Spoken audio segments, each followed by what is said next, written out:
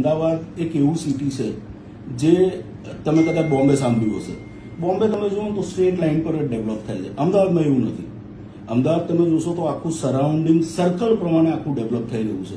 એટલે વર્ષો પહેલાની આપણે વાત કરીએ તો આશ્રમ રોડ એક સેન્ટર હતું, પછી આપણે વાત કરીએ તો સીજી રોડ એક સેન્ટર હતું, એના પછી આપણે વાત કરીએ તો એસજી હાઈવે જ્યાં આપણે બેઠા છીએ એ એક સેન્ટર છે. અને ફ્યુચરની આપણે વાત કરીએ કે 5-10 વર્ષ પછી અમદાવાદનું શું, તો સિલજ એ સેન્ટર થઈ જશે. આ દરેક એરિયા જે આપણે અત્યારે ડિસ્કસ કર્યા, આ એક દરેક એરિયાની પોતાની એક વેલ્યુએશન છે.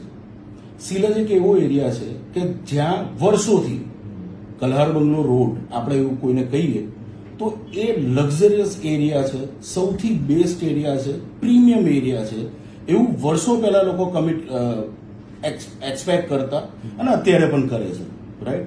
તો એવા જ એક એરિયામાં અમે લોકો પણ એક પ્રોજેક્ટ લઈને આવી રહ્યા છે કે જે પ્રીમિયમ એરિયા છે અને ત્યાં અમે ડેવલપમેન્ટ પણ એવું કરીશું કે જે પ્રીમિયમ હોય.